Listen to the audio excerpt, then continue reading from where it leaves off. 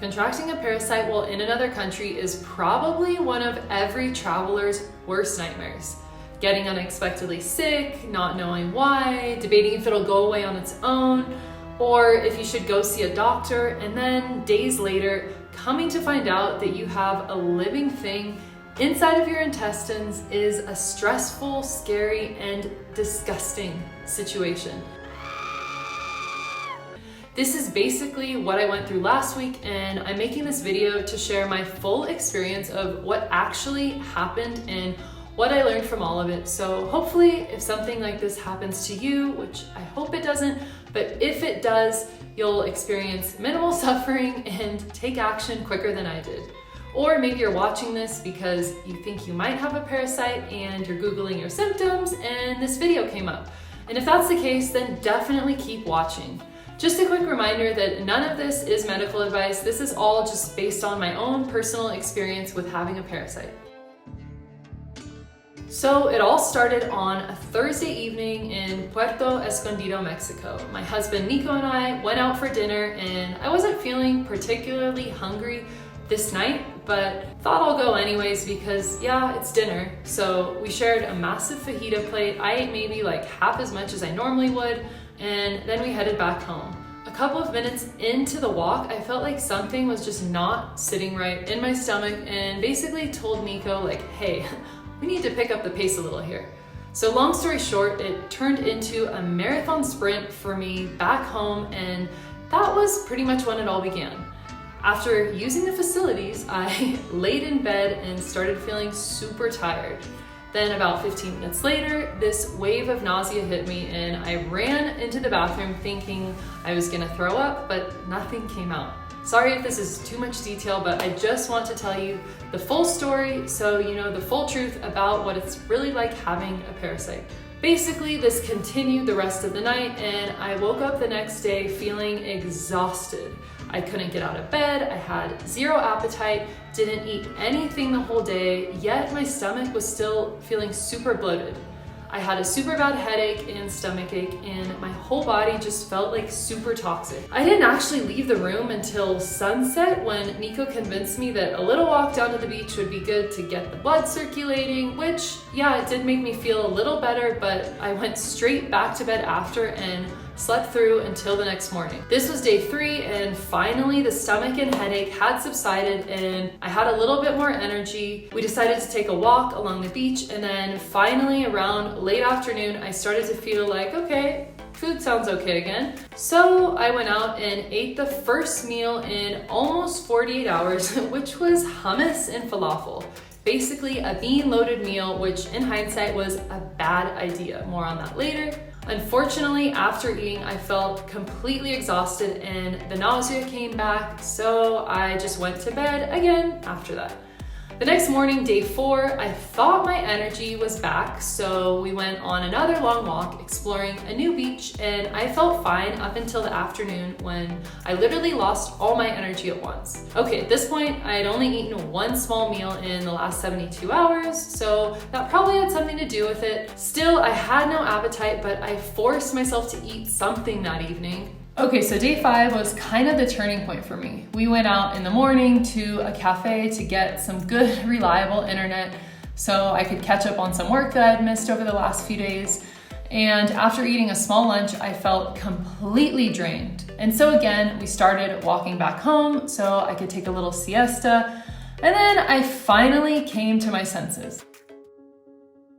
I finally realized that something is just not right and it's time to take action. I had been in this mindset that it was just like a bacteria that I had picked up and that my body needed to flush it out, but something I also forgot to mention is that I had not been able to go to the bathroom, like literally nothing, since Thursday night, and it was now Monday afternoon. Normally, if it were a bacteria, your body would be trying to get it out ASAP, but clearly mine wasn't, so what did I do next? I realized that there was actually a medical testing lab, like literally next to the place we were staying, so I went in and asked if they could do a parasite test, and to my luck, they said yes. All I had to do was just give a stool sample, and long story short, I was able to do it.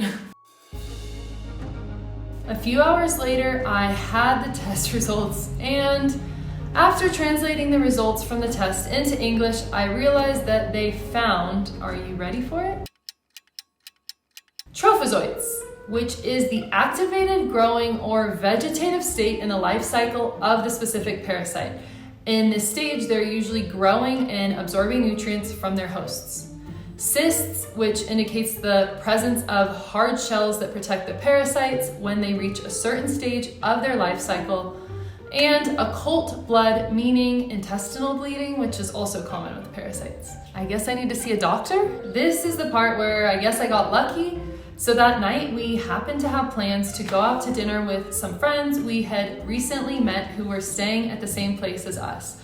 Of course, when we saw them, we told them about the great news, and it just so happened that one of the guys we were with was like, "Oh yeah, I just got over having a parasite last week." And the other guy was like, "Oh yeah, my wife had one a few weeks ago." At that moment, I realized, okay, parasites are not that uncommon, or at least not in this part of Mexico. And after talking for a while about it, I realized that our experiences were actually super similar, and we had almost the exact same symptoms. And to be honest, it made me feel much less alone in all of this. I was so lucky to have him pass along a doctor's information and was actually able to schedule an appointment for the next morning to go see the doctor. Okay, when I got to the doctor, he looked at the results and super casually was like, "Yep, you've got a parasite. Here's what you gotta do." It felt like this was like daily routine for him, just dealing with people and their parasites, like no big deal. So he gave me an antibiotic to take 3 times per day for 10 days, and it has a super metallic taste. He also gave me a probiotic, which is great to help restore the healthy gut bacteria, and I'm taking this once per day for 10 days. All you have to do is just drop it in your water, and it's pretty flavorless.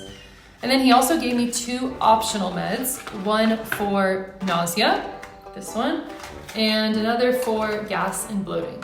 Diet-wise, he told me to stay away from inflammatory foods or foods that are harder to process, such as beans, falafel and hummus, dairy, fatty foods, fried foods, spicy foods, red meats, sparkling water, alcohol, all of which are honestly super difficult to avoid in Mexico.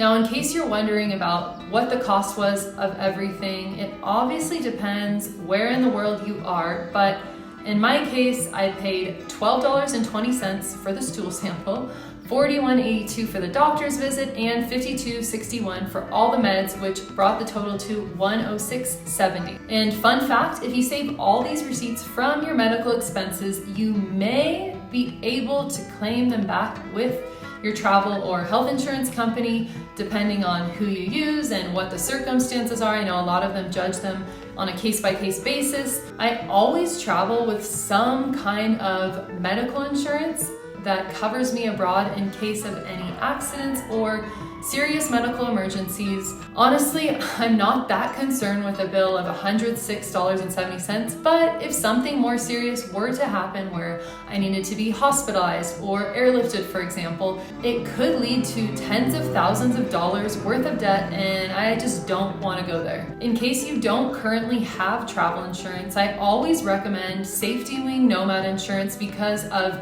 its affordability, and they actually cover a lot beyond just medical emergencies. I've used them several times in the past, and I love that it's so easy to take a policy out for the exact amount of days that you need it.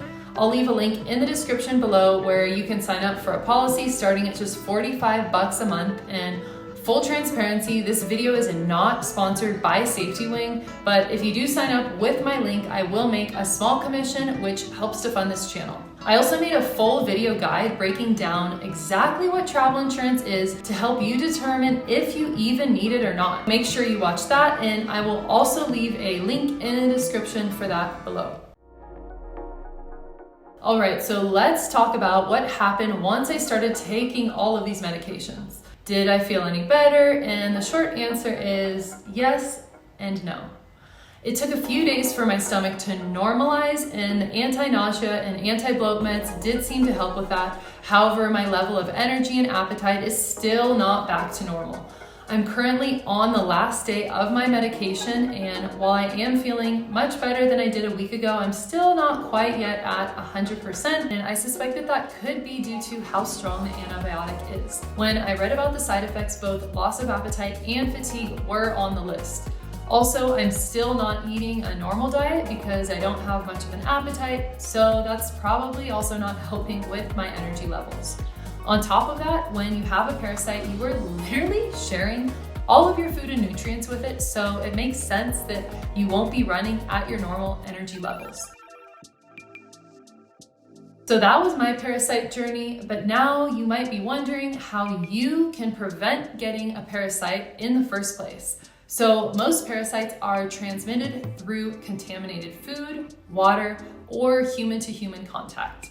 This basically means you could get a parasite anywhere, anytime, and have no idea where it came from. But in theory, the best way to minimize your risk of contracting one is by being careful with the water you drink, where you eat, and washing your hands more often. In practice, when eating out in other countries where food handling standards may not be as high, you can minimize your risks by avoiding raw foods and sticking with thoroughly cooked dishes. Also avoiding food that has been sitting out for longer periods of time. This is more common with street food, especially if they aren't cooking it right in front of you. The safest foods are basically those that are fresh and cooked thoroughly. But this is easier said than done when traveling. If you're like me, one of my favorite things about traveling is trying the local cuisine and street food, and I don't want to give that up. The good news is that there are a few herbs and supplements out there with anti-parasite properties to help with prevention that I am going to start implementing into my future travels, especially when going to countries where there is a higher risk of contracting a parasite. So these are things like papaya seeds, diatomaceous earth, black walnut, wormwood, clove, and even probiotics are some of the more common anti-parasite supplements. I will leave a link down below so you can check them out for yourself before your next trip. Obviously, with how fresh this whole parasite thing is, I haven't had the chance to try any of these things out yet, but they are things that I've researched and I've added to my personal Amazon shopping cart for my next trip. All right, so now having gone through this whole experience of having a parasite, this is what I will do differently in the future. For starters, as I just mentioned, I will be actively taking anti-parasite supplements, especially when I travel to higher risk countries. Secondly is if I get a bad feeling about a restaurant or food situation, I'm just going to avoid it altogether. For example, there was one day when I ordered some food at a local market in Puerto Escondido and they served it cold and it just kind of looked a bit sketchy, but I ate it anyways. Yeah, next time I won't do that. It's just not worth it. Lastly, if I do get sick while traveling again and get that gut feeling, literally, that I should get help, I won't wait around for 5 days hoping that it goes away on its own. For the misery and stress that it causes, I'd rather just go see a doctor or get a medical test right away and get to the bottom of it. So the moral of this video is that you should absolutely not let getting a parasite stop you from traveling. They are fairly common and treatable, and you can even lower your risks of getting one by taking the precautions I mentioned in this video. I hope you learned a little something, and please don't hesitate to leave a comment if you have any questions. Also, make sure you watch my video, I'll leave it right here, about travel insurance to figure out if you even need it for your next trip or not. Thanks so much for watching, and I'll see you in the next video.